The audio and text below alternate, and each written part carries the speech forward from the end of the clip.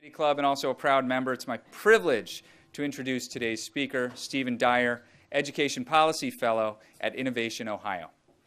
There are a number of schools of thought when it comes to charter schools. The original impetus seems to have come from a notion that introducing competition to the education marketplace, such as it is, might spur innovation and an improvement in outcomes for students. But because they exist as public schools outside the traditional structures, many criticize the charter system for lacking sufficient oversight and accountability. Others criticize the system because teachers aren't usually union members.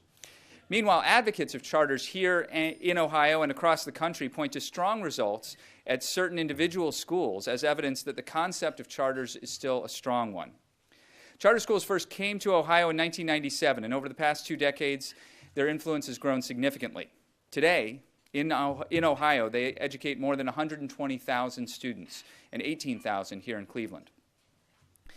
Charter schools has actually become a very frequently discussed topic here at the City Club. And most recently, in last December, Dr. Mackie Raymond from the Center for Research on Education Outcomes, also known as CREDO at Stanford University, delivered the results of their newest study, which focused squarely on the performance of Ohio charter schools. That report found that Ohio charter school students on average learn less in a year than their district school peers. Specifically, the CREDO study found that charter school students in Ohio get 14 fewer days of instruction in reading, and the equivalent, rather, of 14 fewer days of instruction in reading and 43 fewer days of math instruction, equivalent. But the principle of charters is fairly simple. You empower parents with a choice, give schools freedom, hold schools accountable, but it's not really happening in Ohio, not across the board. So why is it? What went wrong? We hope Stephen Dyer can shed some light on that. Steve spent his career in public service, has spent his career, it's not over yet, first as a reporter with the Akron Beacon-Journal, and later as a member of the Ohio House of Representatives, representing the 43rd District. While in the House, he helped to craft the Ohio evidence-based model, a school funding mechanism that utilizes research to determine what components are critical to determining student success. The model was the recipient of the 2010 Frank Newman Award from the Education Commission of the States. Mr. Dyer joined Innovation Ohio in 2011. In this role, he works to enact progressive education policies in areas such as education financing, charter schools, and student achievement. Ladies and gentlemen, members and friends of the City Club of Cleveland, please join me in welcoming Stephen Dyer.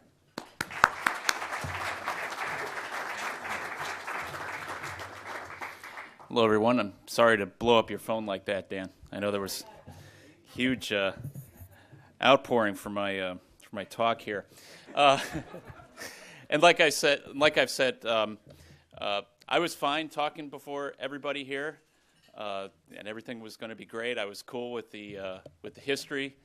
Presidents have sat at this podium and said things, and then I found out my parents were going to be at the head table, but I had them 3 out of 5 years from 8th grade to high school, so I'm okay. I'm a 4th-generation teacher. I teach at University of Akron now. I do some adjunct work there, and that is from whence I came, is out of the education background. As a reporter with the Beacon-Journal, I was there about 10 years, and subsequently as a legislator, and now as a policy analyst. I can tell you I have been just mesmerized by how gripping this charter school issue has been in Ohio. It's not this way in every state. And so I think it's important to understand why. I've dubbed my talk Charter Schools Ohio's White Whale because it has been so difficult to wrangle in this state. There are very high-performing charter schools, some of them represented in the back room here with Breakthrough. I just talked to John Zitzner a little bit, and my son was at their ran in their 1 mile superhero run last year, and he actually won. So I told him thank you, because it is the only athletic achievement Carson Dyer will ever achieve. Poor thing. I love him to death, but boy, oh boy.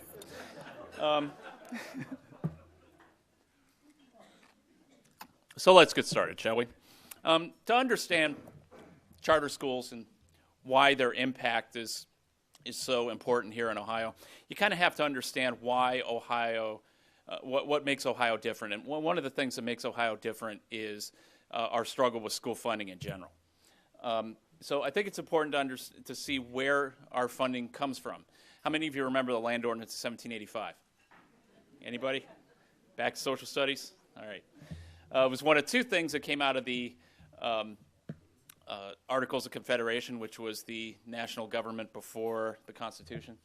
And in it, the land ordinance of 1785 laid out every township west of the original 13 states.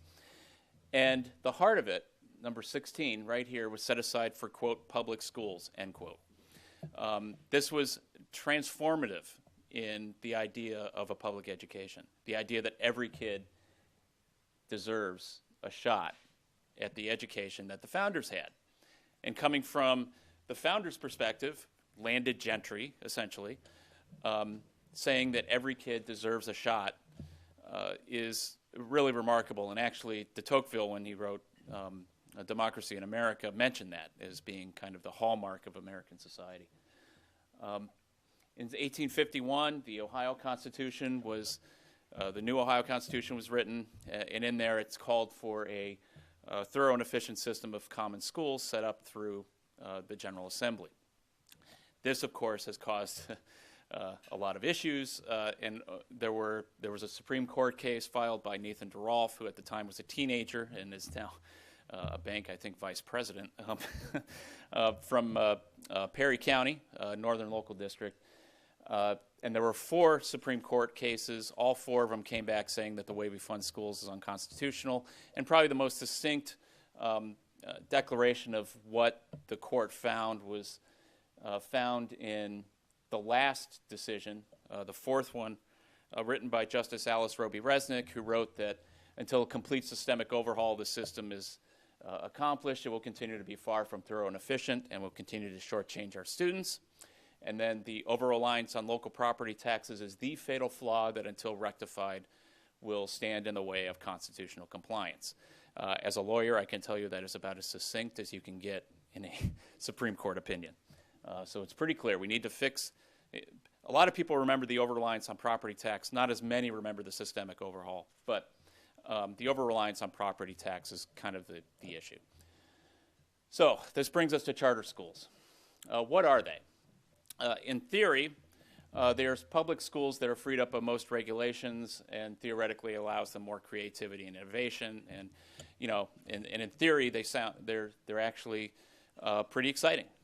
Most teachers would be real excited to hear that. But in practice, this is how they've come to be in Ohio: is publicly funded, privately run schools, and that's kind of become the issue. At what point and so we've got a lot of confluence of issues going on with that. Are they public? This is becoming an interesting question in Ohio.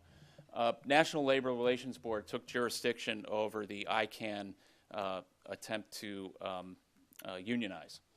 The issue with the NLRB taking that over is that they are technically only have jurisdiction over private employers and employees, so they oversee issues with Boeing and other things. If they're asserting jurisdiction over charter schools, then they consider them private employers, which can lead to all kinds of issues. I don't know how that'll work out, but it's certainly something to keep in mind as we move forward. Ohio is not the only state to have this. Illinois found it, and so did California, even though they're called public throughout their respective codes. A court in California and the NLRB in Illinois also found them to be private. So I think this is an issue that needs to be addressed at some point, but we're just at the beginning of it. That was fun. What cost? This year we're slated to spend $947 million on charter schools in Ohio. And historically, that's where it's been. It started out down around here, and now we're up here. These last 2 years are projections from the Legislative Service Commission based on the governor's budget, and assumes no growth in enrollment. So if enrollment grows, obviously these last 2 charts will be bigger. But as you can see, it's been a pretty steady march up the spending ladder. And the problem is that as more money is going, as more state funds go into go into charter schools, fewer funds go into local public schools. So what you're seeing here is the historic budget K-12 revenue percentage. So the average, the percentage of the money that's going from the total budget to education in both charters and non-charters. And as you can see, this is the local school district line, and this is the overall line. So as the charter schools start getting more and more revenue, smaller and smaller percentage of it is going to local school districts. And that causes a lot of problems because, first of all, we don't really have an adequate amount for the local schools right now. And when you compound it with this, you see this squeeze that's coming on. And at Innovation Ohio, we just did a report on that. So I recommend you take a look at that. Since the 10-11 school year, charter school funding has increased by $172.6 million, more than was spent on the first 3 years of the program combined. And that's the largest 4-year increase in a decade. So again, we're looking at substantial growth in that sector. Are they more efficient? The average brick and mortar charter spends about $2,500 more per pupil than districts, but don't get too excited. That's kind of weighted by some ones that I think are outliers. So if you go to the median, the median brick and mortar charter spends about $1,300 less per pupil than the median Ohio district. Suffice to say, they're within the same general ballpark. Again, charter school teachers tend to make about 40% less. So there they are. No! Quick, what movie? There you go. All right. I get a lot of Star Wars. No, that's Empire. Come on. Overall, are the choices better? And again, I'm going to preface this portion of my talk by saying this is all limited to test scores. Right now we grade districts and buildings and charters based on test scores. There are extreme limitations with that. So again, with that caveat, we'll go with that. But right now, I would prefer to see more measures than just test scores, but we are where we are. So. In 2013, prior to the CREDO study that was mentioned, that Dan mentioned earlier, what we found, there was a national study done in 2013, and Ohio was one of only 4 states whose overall charter performance dropped since 2009, and the average Ohio student lost a whole marking period in math and a third of one in reading at the time. And then in 2014, the Stanford study, again, that Dr. Raymond came and talked about not long ago that I was actually at. About 40% of Ohio charters are in urgent need of improvement.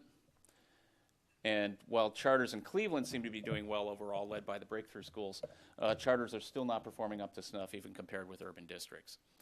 Now, again, this is limited to the test score. So I do want to make sure that people understand that. And then here, this is one of the more remarkable findings out of the 2014 CREDO study. The students in rural areas and small towns lose almost an entire year of learning if they go to a charter school. This is driven by the immensely unsuccessful so far e-school segment. And in response to the CREDO study, you had Andy Rotherham of Time magazine saying that it was a debacle, and if your only experience with Ohio charter schools with charter schools was Ohio's, then understandably you'd be concerned. And also Valentina Korkis said that unfortunately it looks like charter schools in Ohio haven't quite lived up to the vision originally. So again, this nationally we're starting to be, I don't know how many of you read the Plain Dealer a couple weeks ago, or was it last week, that at national conferences Ohio's charter school laws are kind of being ridiculed now, and it's sort of, I'm kind of embarrassed as an Ohioan, but I think we can fix it, and I'll get into how I think it's going to happen actually this year. So overall, here are the report card grades by school type from the last report card. These are the charters, and these are districts. Again, every district in the state lost money and kids to charters last year. So yeah, as you can see, it's almost inversely proportional.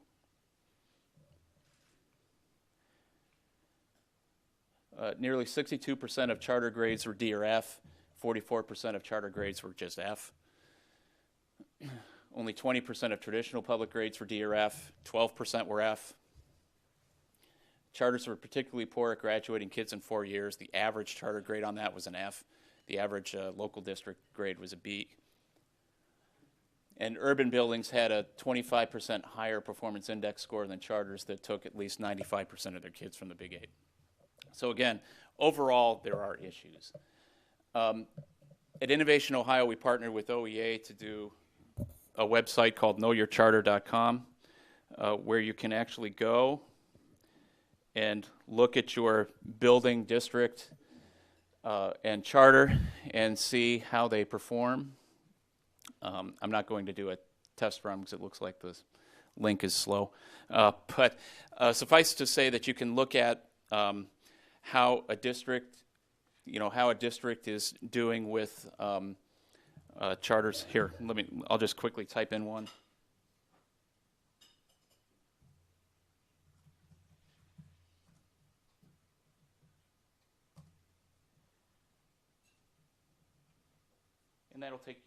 And that'll take you down to, which charters take the most kids from Cleveland. And it's right now it's ECOT, which is interesting. The data on the lower part, the financial data is coming from 2012-13. The data on the top line is coming from 13-14. So if you add up the ones on the right, it's not going to add up to the ones at the top. We've also put in building level data, so you can actually compare building to building.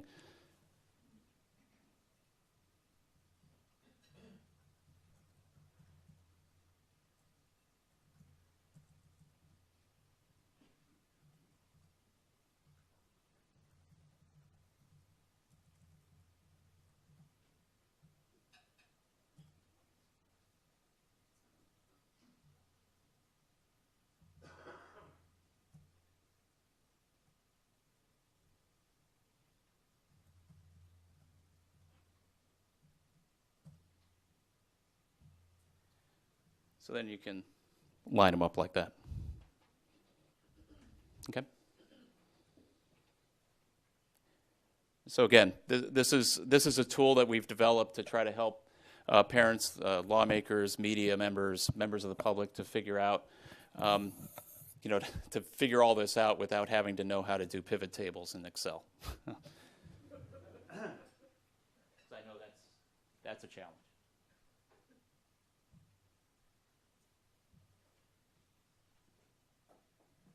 I would be remiss if I also didn't mention that the Cleveland Transformation Alliance also has a website where you can go on there and you can see how different buildings are doing. They have it's an integrated map, so you can click on where your school is and take a look at all the stuff from there. So again, there are some pretty cool independent, pretty cool outside websites now that you can look at how charters and districts and buildings are doing. Here's one that really gets me. Dropout recovery schools that graduate as few as 7.2% of their kids meet state standards, and they can still remain open. And there's a loophole that allows a charter school that graduates as few as 1.3% of their kids to stay open as long as they're up to 1.57% in 2 years. Again, this is, after you see these kinds of things, you start understanding why Ohio's charter school law needs such work. And by the way, that means they don't even have to graduate a full kid. The Life Skills of Northeast Ohio graduated 2 out of 155 kids last year. That's a 1.3% graduation rate. If they went up to 1.57% and met the threshold, that would be 2.4 kids. So I guess that's success, right? Yes! Quick movie? Old school? Okay. Yes, there are high-performing charters. They're represented in this room today. And what do the better choices look like? There are 111 charter schools of nearly 400 that get A or B on the value-added score or score above the state average performance index score. These 111 schools were outperformed by the districts that met the same criteria. Nearly 40% of these charters took less than half their kids from the urban schools. The 111 highest performing charter schools outperformed urban districts on report card measures. They scored about 10 points lower on the state's performance index score. But again, you see the charter high performers are doing much better on the as a percentage of their overall grades on the AB side than the urban buildings overall. 44 of the 111 highest performing charters got less than half their kids from the Big Eight. The high-performing charters that did take 95% or more of their kids from the Big Eight outperformed urbans on both report card and performance index score.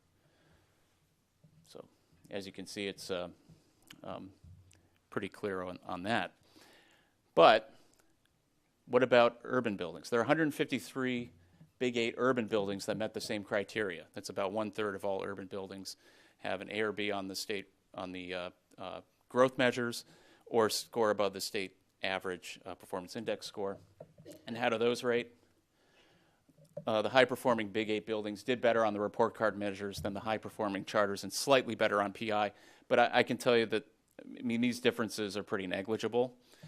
So the high-performing buildings in the urban areas are coming about from the same sector. Less than 10, but here's the real issue. Less than 10% of the state's charter money goes to high-performing charters that take more than 95% of their kids from the Big Eight. And overall, only 25% of the state's charter school spend went to the 111 highest-performing charter schools. So that means 75% is not. I mean, I don't mean to be obvious, but yeah. So again, the money we are spending, we are not spending effectively on the most effective ways to educate our kids. And that's a problem. Why does Ohio struggle? Fistful of dollars. I hate to bring this up, but you cannot speak about Ohio's struggles with charter schools and not talk about the politics. David Brennan from White Hat Management and Bill Lager from ECOT contributed about $6.5 million to Ohio politicians since the program started, and they've received nearly 1 in every 4 charter dollars ever spent in this state. It's easily the most powerful political force in state politics for the last 20 years. When I was in the legislature, there are a lot of very powerful forces in the state. You know, the coal industry, the energy industry, you know, the nursing homes. I mean, there are a lot of very powerful players down in Columbus. I never saw any of them get everything they want, except for the charter sector. And I don't understand why. I should say that Brennan and Lager. They get what they need. And you want to see the numbers. This was from the 2013 budget. These are the average performance index scores in each of these buildings. Obviously, the state average is 99.1, so you can see Breakthrough is doing very well. ECOT is not. Brennan is not. But look where the money went. Did not go to Breakthrough. Average kid in Breakthrough lost $200. The other two, Brennan School's got the largest per pupil increase. So, you know, there you are. So how does the funding work, and why is it so problematic? Money for charter schools is taken out of the amount the state distributes to a district. The problem is the amount transferred out is almost always more than the state would have given the district for that same person. So, if we compare costs, and this is off of the January #2 report, for those of you who like checking on payment reports with the state. This is a charter school kid gets an average of $76.67 a kid. E-schools, again, they don't have buses, they don't have lunch ladies, they don't have bricks and mortar. They get $68.10 a kid. Vouchers get $76.65 a kid. Local school districts This is their net. At the end of the day, after all the deductions are taken out and all the kids leave and what do they have left with how many kids, they're getting $3,700 a kid. So this is the problem. When a charter school student leaves, they're taking this. If they'd stayed in the district, they would have gotten this. Okay? So that leads to issues, as you can imagine. On average, after charter schools receive their money, kids attending Ohio's public schools have $245 or 6% less state revenue than the state says that they need to succeed. And this forces districts to plug the hole with local revenue, sometimes a lot of local revenue. And this is not an urban issue anymore. Half of charter school students do not come from the Big Eight. Okay? It's not just a Big Eight urban issue anymore. Kids from districts in the 34 Appalachian counties lost about the same amount to charters last year as Cincinnati and Dayton combined. And remember, from the 2014 CREDO study, rural kids lose almost an entire year of learning in a charter school.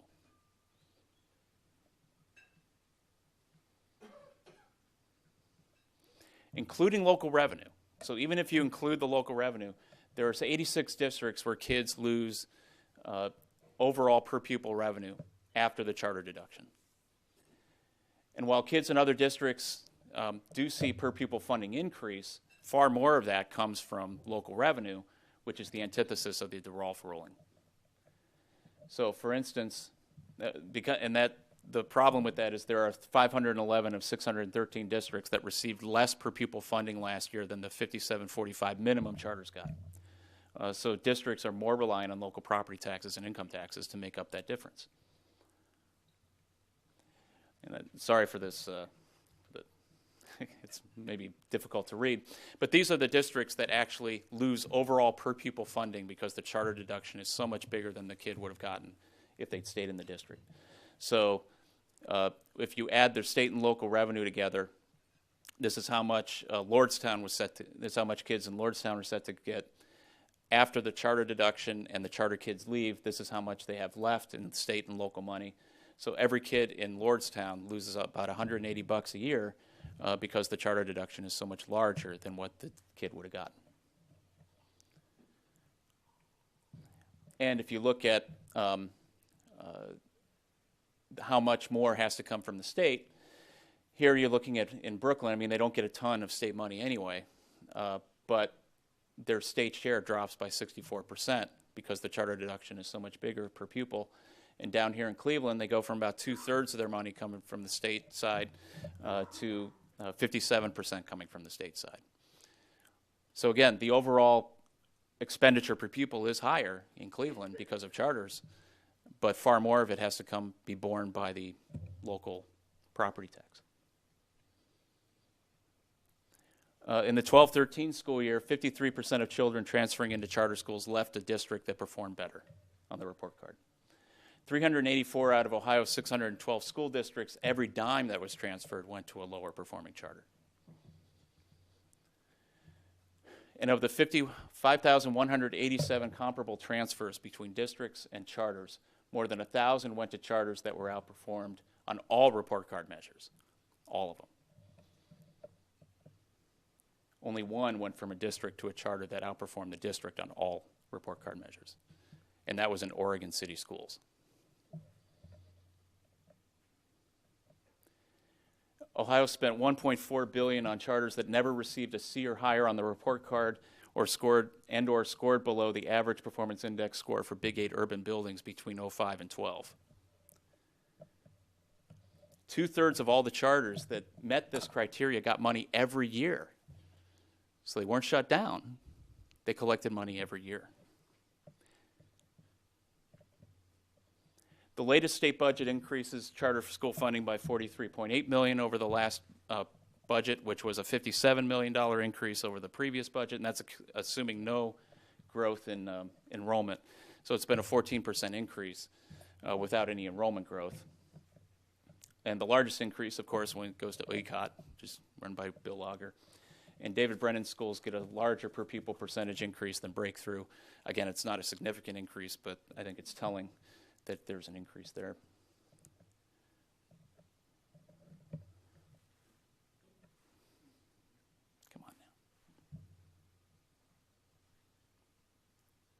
pleases?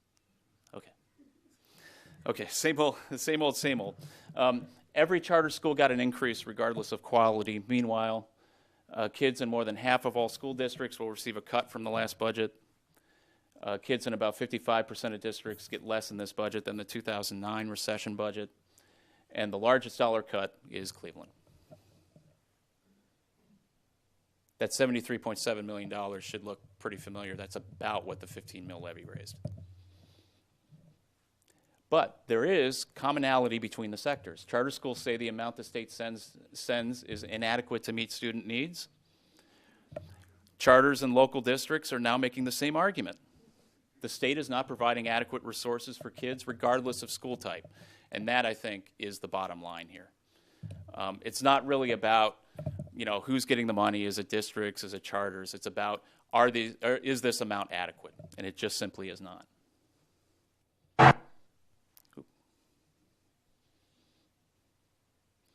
But many are fighting. Who said this?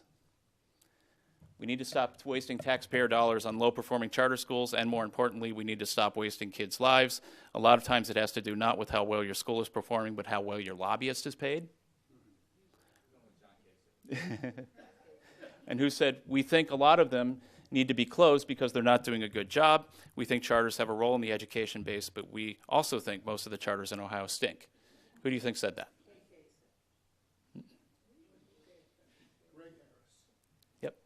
Greg Harris, Executive Director of Students First Ohio. That's Michelle Reeves' Education Reform Group.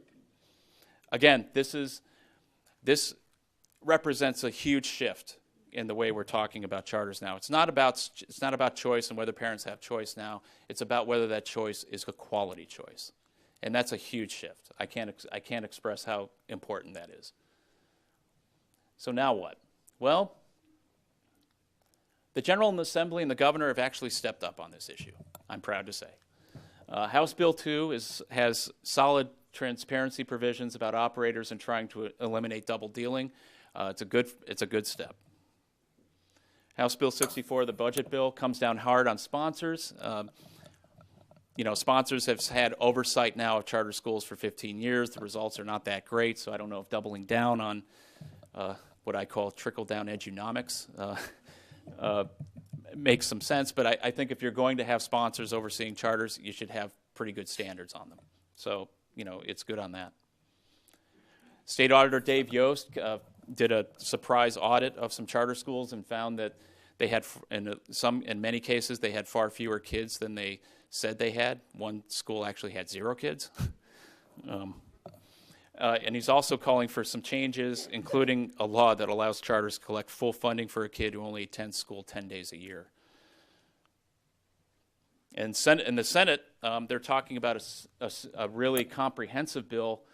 Senator Lehner has been holding meetings considering even direct state funding of charters, which would eliminate the deduction from districts. I can't tell you how important that would be if that would happen. So kids actually are funded based on where they're attending rather than where they live. That makes... that would solve a lot of problems. But, of course, the details are always devilish. For example, in House Bill 64, it says that poor sponsors lose their sponsorships. Sounds great, right? Well, the hitch is the poor designation is a subset of the current lowest ranking. So will it really get the big sponsors that are sponsoring a lot of failing charter schools, or just the ones that only have a couple of schools anyway? So there's some concerns about the impact of that and whether it will have the meaningful impact we need it to have. In House Bill 2, charter fiscal officers have to work for the school, not the operator. That makes all kinds of sense. You don't want, you want them to be beholden to the school, not the sometimes a for-profit company from Virginia that is running the school. But it allows for independent contractors who still could be connected with the operator somehow. And final one, charter operators have to file monthly reports with sponsors and schools. Who's missing from that, though? The public. So we probably should also file it with ODE so that we can read it. I mean, one of the things I was amazed by, operators, sometimes for-profit companies, they're not always for-profit, but who come in and get about 97% of the state revenue to run the school. When I was the chair of the House Subcommittee on Primary and Secondary Education, I asked to see a contract from, I asked someone from ODE to see the contract, and they said, oh, we don't have those. And I said, why don't you have those? And they said, well, we're not in privity of contract with them. So they had no right to get it. Now, there were some responsible charters that sent them anyway, but unless you had, you had that, there was no duty to send that on to the department. There's nothing on funding yet, but again, I think that what I'm hearing about what the Senate wants to do is really encouraging. So that's good. So, what should reform look like? To me, it's pretty simple. We should expedite the closure process for poor performers. We've known for a while now that you pretty much know what you are after 3 years. So why are we allowing charters to stay open for 6 or 7? Absolute public transparency of records and finances pertaining to the school's operations. I understand that you can't get into everything that the operator is doing, but as it pertains to the operation of the school, I think the public should be able to see how the money is spent, just like in every other public school in the state. And an accurate funding system that reflects costs in charter schools, allows high-performing charters to thrive, and doesn't unduly harm kids in local public schools. Again, this is an adequacy issue. Because ultimately, at the end of the day, we don't want our kids facing this path, the path of Curathungal to meet the dark overlord of Middle-earth. We want them going down the yellow brick road to meet a fake, feckless, and ultimately friendly wizard. So I'll be happy to take any questions, and thank you for your time.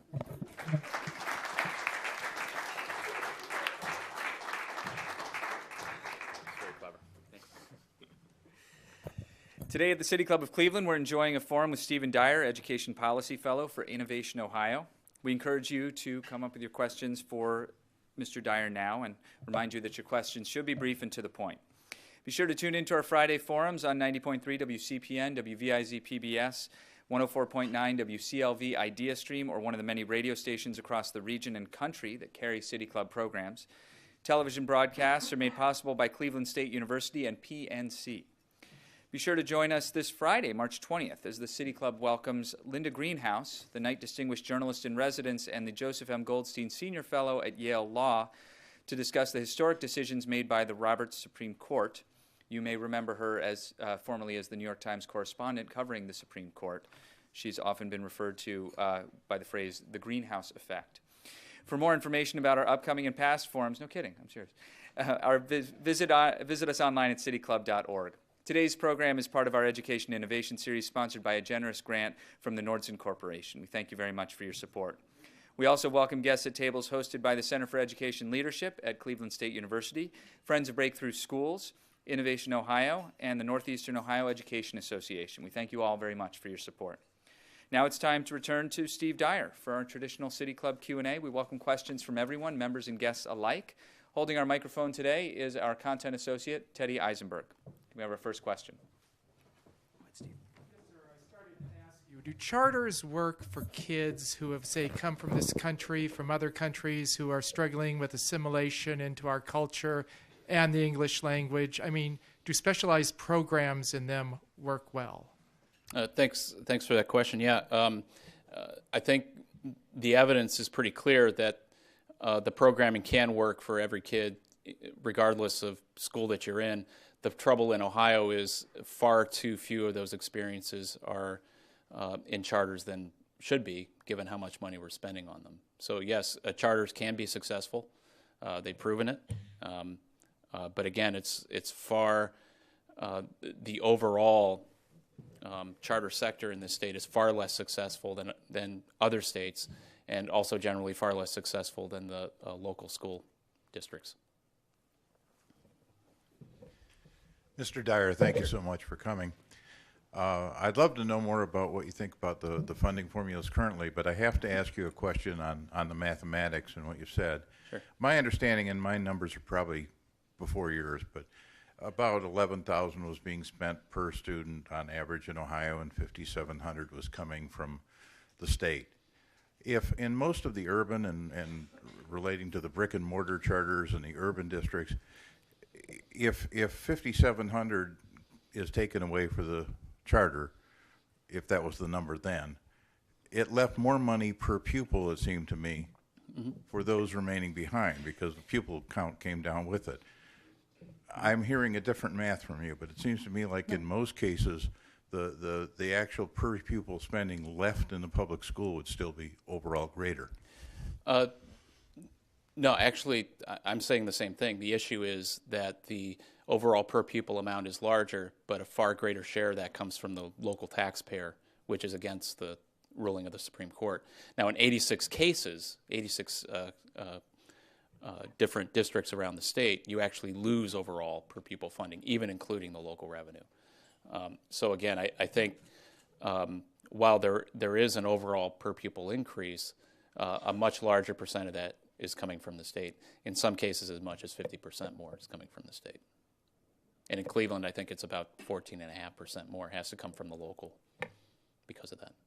So, instead of having, 11,000 on a, 2/3, 1/3 split, now it's 12,000 on a 55-45 split. So again, yeah. Is there a governing regulatory board in the state of Ohio that oversees charter schools, or is this a lobby group, what have you? And if there is, what is their effectiveness? Are they lobbying the legislature to talk about the effectiveness of charter schools? Yeah. Again, there's an Office of Community Schools at the Department of Education. It's been mostly, like most bureaucracies, it's been mostly underfunded. But they have, over the last few years, they have been granted slowly more and more authority. But I think what we saw with the Transformation Alliance is that there's a very powerful lobby in Columbus that can undermine a lot of the good intentions that are done in law. So you saw that with the Transformation Alliance, where the Transformation Alliance was supposed to have some say over which charters could open based on whether they're any good, and the charter school lobby was able to get around that by basically having the state rubber stamp whatever they wanted to put in. So again, I think it's the charter lobby in Ohio, as I said in my presentation, has been the most powerful lobbying force in Columbus over the last 20 years. I don't understand why. They've given a lot, but a lot of people have given a lot. Why the charter sector has been so successful. They should give seminars, I think. Steve, you mentioned before the importance of transparency and especially in the areas of financial and operational work from the schools. But I wonder about another kind of transparency, and that's governance transparency. Public school districts have public boards of education. Those public boards of education have to meet in public, transact their business in public. Do you think that's an important characteristic for charter schools, and how would that be achieved with charter schools and their governing boards? Yeah, again, that's Bill Lavezzi, who actually was a colleague of my dad's in Aurora, so it's kind of cool. Anyway, I think that one of the real challenges is balancing the governance structure. I do think that we should be able to find out what's happening in charters a lot easier than we are right now. I mean, there was newspapers from around the state, led by my Beacon Journal, did a quick survey of asking charter schools to supply basic answers to basic questions: who's on your board, when do you meet, that kind of thing, and a lot of them did not respond. I think one of the areas that is receiving the most widespread support in Columbus right now is the idea of more transparency and openness. Again, charter schools are run by nonprofit. I mean, they're a nonprofit entity. So you've got to be, you have to balance that nonprofit status versus, they're not an elected school board. But, do I think, for instance, that charters that have, operations in multiple cities, should they be holding board meetings in the cities in which they have the operation for that actual school? Yeah. I mean, from now there are meetings for schools in Dayton that happen in Cincinnati. I mean, those kinds of meetings, they are open to the public. Nobody really knows about them, and oftentimes they're not held in the area in which the school is. So I think, again, you got to balance that. But I do think that bringing transparency to the issue is one of the things around which there's the most solid, bipartisan, wide-ranging support right now, and I'm encouraged by that. Thanks for being here. Sure. And thanks for all the shout-outs. I appreciate it very much. A lot of data in your presentation, and a lot of it's statewide, of course. But since we're from Cleveland, I think most people here are from Cleveland and are thinking about Cleveland. As you know, we get about half to 2/3 of the money per kid that the local district gets. So it's hard to do business. We got to have philanthropy. You're a generous donor. Sure. Thank you for helping us with that. But the question is, I agreed with a lot of your recommendations, but what do you suggest for guys like us that are just pounding away, doing the job, getting it done? We're part of the Cleveland plan. We're supposed to triple the number of kids in high-performing schools. We're trying to do that really hard when you don't have the money. So what's your idea for me in Columbus? I don't have as much as Brannon and money-wise, but what do you recommend for guys like you? Were in the House, Yeah. and we're just all trying. What do you suggest I do? Well, John, you're doing it. I mean, in 2009, during that whole budget cycle, we put in the House version of the budget, we put in differentiated funding for high performers. It was the first time that had been done in the state, and I think there's some merit to that. I mean, I know there are people in this room who don't, aren't as excited about that as I am.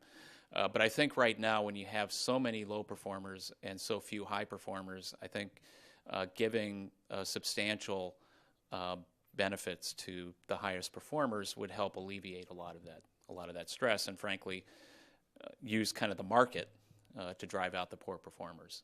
So it would say if you're high performing, you're going to be getting the revenue, substantial revenue that you need. You're not going to have to do the shoe leather, banging on philanthropist doors and that kind of thing quite as much. If you're poor performing, got nothing for you. So I think focusing on some differentiated funding for high performers is helpful, at least in the short term. I think in the long term, the best way to do it is to get an adequate funding formula for charters, the way we need an adequate formula for districts. So that kids in charters get what they need, kids in districts get what they need, and what I found in my experience as a looking into school funding is the more accurate the formula, the more efficient your delivery of services. So right now we just don't have a very accurate formula in either sector. So it's sort of like now we're fighting over equity of inadequate resources. So it's sort of like if I go to a movie with 3 of my friends and I've got $36 in my pocket and the movie costs $10, I can equitably distribute that money across me and my 3 friends, $9 each. None of us are getting in. So now I got to make decisions. Bill just lost his job. All right, I'll give him 10. But I know Frank's always got $5 and change, lying around in his car, so I'll give him 5. I'm keeping 10 because it's my money. And then I just let somebody, I let John just, not you, John, but I let John just fend with whatever I have left because it's all I have left. And that's kind of how we approach, that's kind of how, that's the problem with inadequate funding, is it doesn't matter how it's split up, it's inadequate. So we're all kind of fighting over not enough money. And I should argue that, I should also mention that, over the last 10 years, we have seen a reduction in state income taxes now that's leaving us with about $3 to $3.5 billion fewer dollars than what we would have had if we hadn't done all that. When I did the evidence-based model in 2009, we put out a school funding spreadsheet that said over 10 years we have to get to this level to be adequate. It's the first time that's ever happened in the state's history. the cost was about $3 to $3.5 billion, and I was literally laughed out of the room. So investing $3.5 billion in kids, you get laughed out of the room. Cut $3.5 billion from the budget. Hey, it's good business. So again, I think changing our philosophy on this, I think, is absolutely key and essential.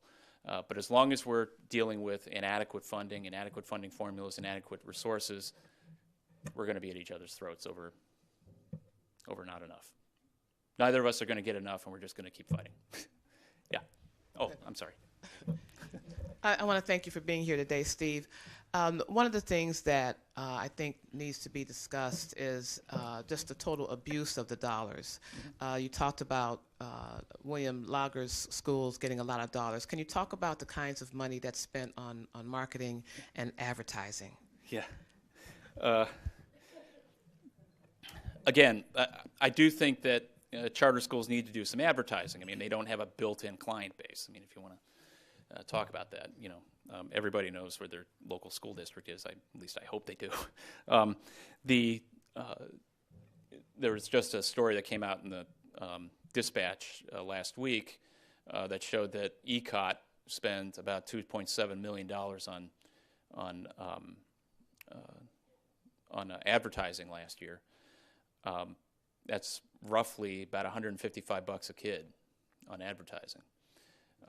If we and about 2% of their revenue, if the state spent 2% of their revenue if districts spent 2% of their revenue on advertising, that'd be about $380 million. Just to give you a sense of scale.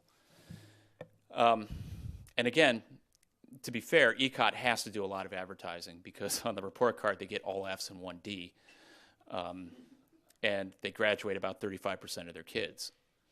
Yet 3 out of their last 4 speakers have been the governor, the Speaker of the House, and the State Superintendent of Public Instruction. How many of you are from East Cleveland? Governor ever been to Shaw High? No. So again, I think what you're seeing is what you're seeing is the real power that the charter community has in Columbus, and I think. To be fair to what John and others have done, and Perry White before him, is they've come down and said, "Look, we're not Brennan. We're not these guys. We're trying to do good things for kids, and we're doing some good things for kids." And I think the realization. I mean, even Ryan Smith, who's the current chair of the House Finance Committee, told me. He said, "When I went to Columbus, I thought all charters were horrible, and then I found out they're not, and now I'm in a quandary." So I think.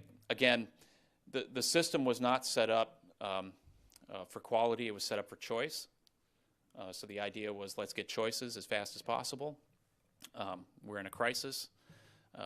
Whether we were is debatable, but let's set up the choices. And from the very beginning, we had charter schools that opened up without bathrooms, without books. Again, we just kind of went scattershot at it, and I think we need to hone it down to, focus more on quality choices for all kids. And if we have, I think we can have a much more effective charter school program in this state that's much more effective for kids at a much lower cost, and we can use a lot of that revenue to actually fund things that we know work, like universal preschool and these kinds of things that, require additional revenue. I've been a volunteer tutor in a public school in Cleveland, and so I've been able to see the reading curriculum for the first grade.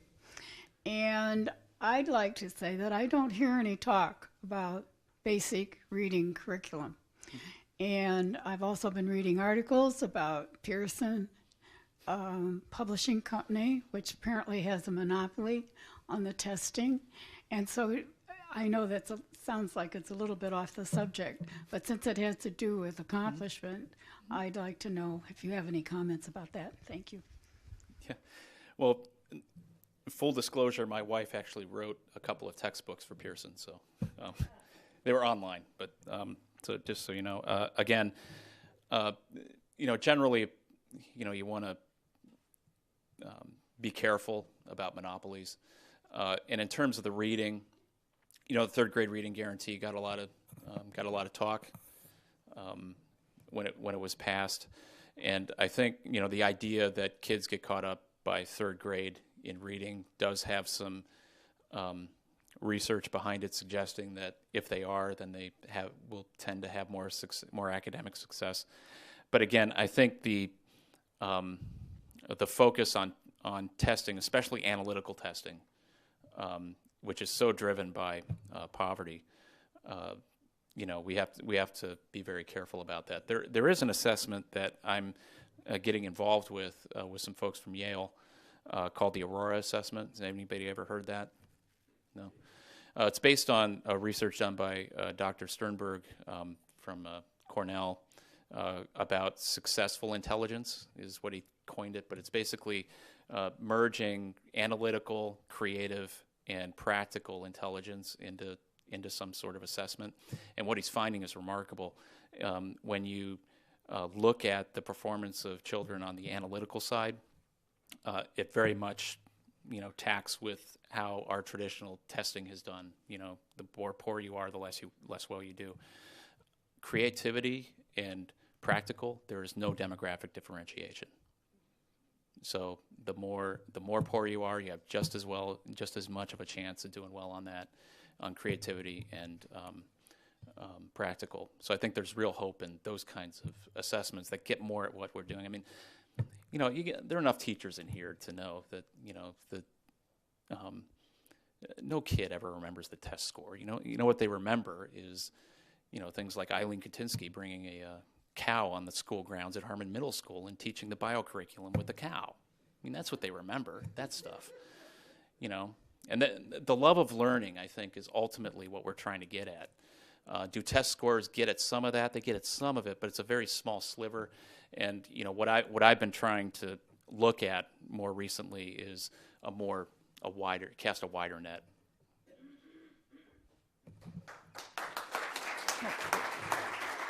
So it ends. Well done, CJ. Well done. Ladies and gentlemen, we've all been enjoying a special Monday forum. Thank you so much for joining us on a Monday with Stephen Dyer, Education Policy Fellow at Innovation Ohio. Thank you so much for joining us today. Our forum's now adjourned.